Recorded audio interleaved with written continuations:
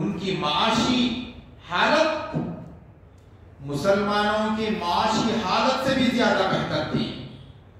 ان کے قلعے تھے اور ان کی تعلیم گاہیں تھیں اور ان کو مذہبی آزادی تھی.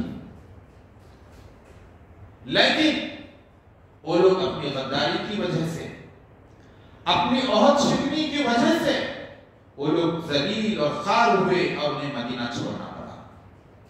اور دوسری قومیں نبی کریم صلی اللہ علیہ وسلم کی قیادت کو تسلیم کر چکی تھی، خوشی یا ناخوشی بہرکیف نبی کریم صلی اللہ علیہ وسلم کی قیادت کو تسلیم کر چکی تھی.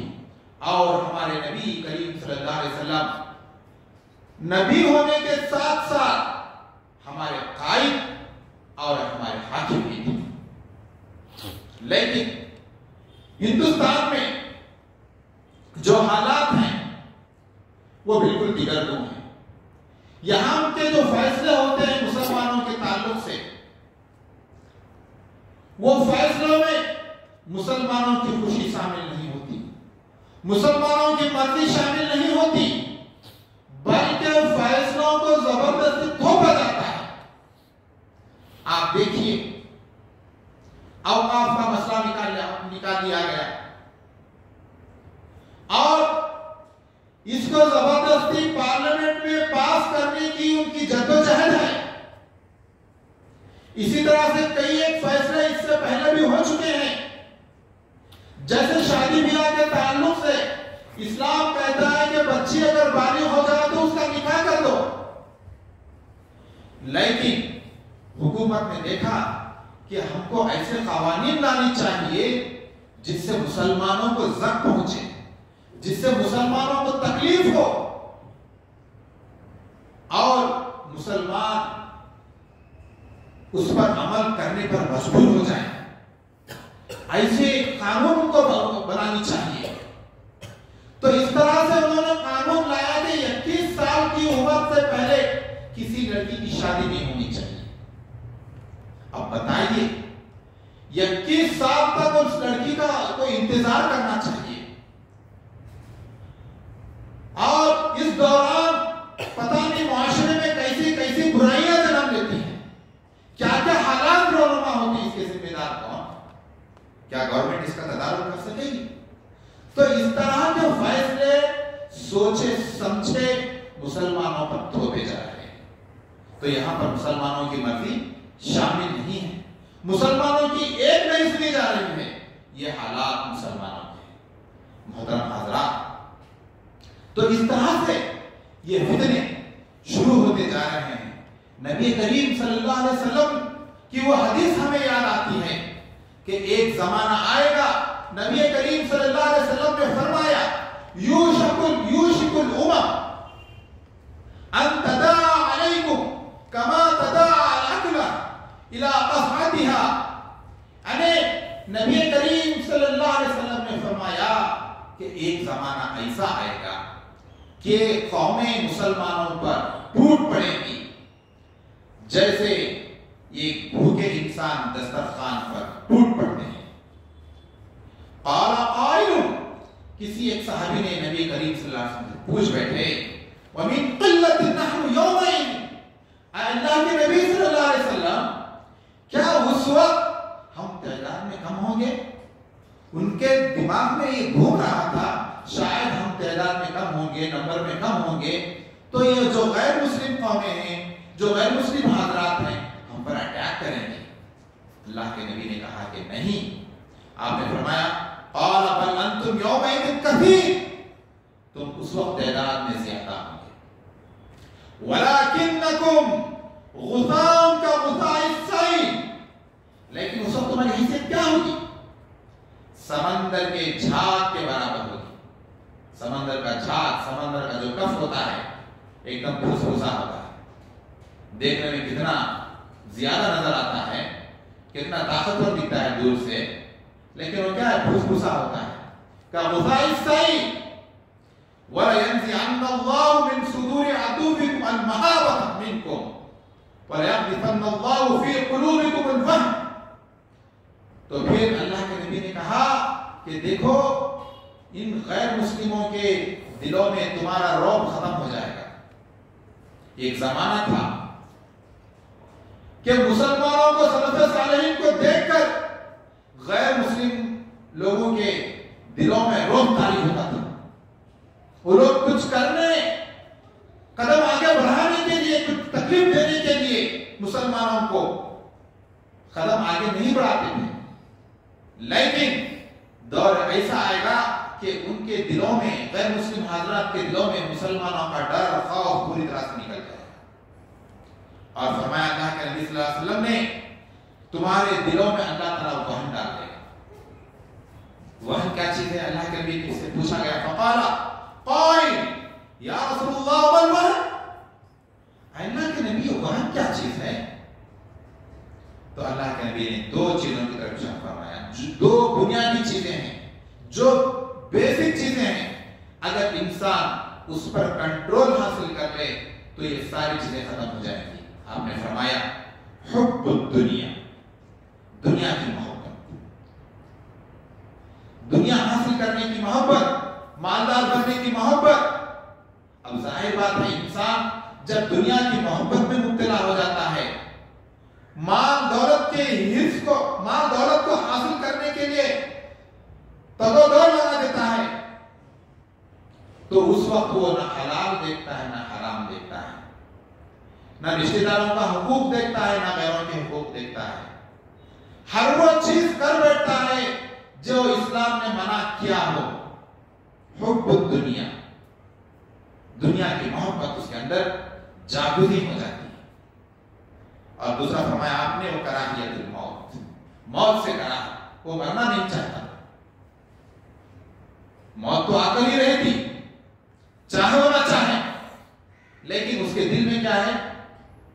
موت سے نفرت ہوتی ہے، وہ چاہتا ہے کہ مزید جیوں میں، اس کے لیے پلاننگ کرتے رہتا ہے۔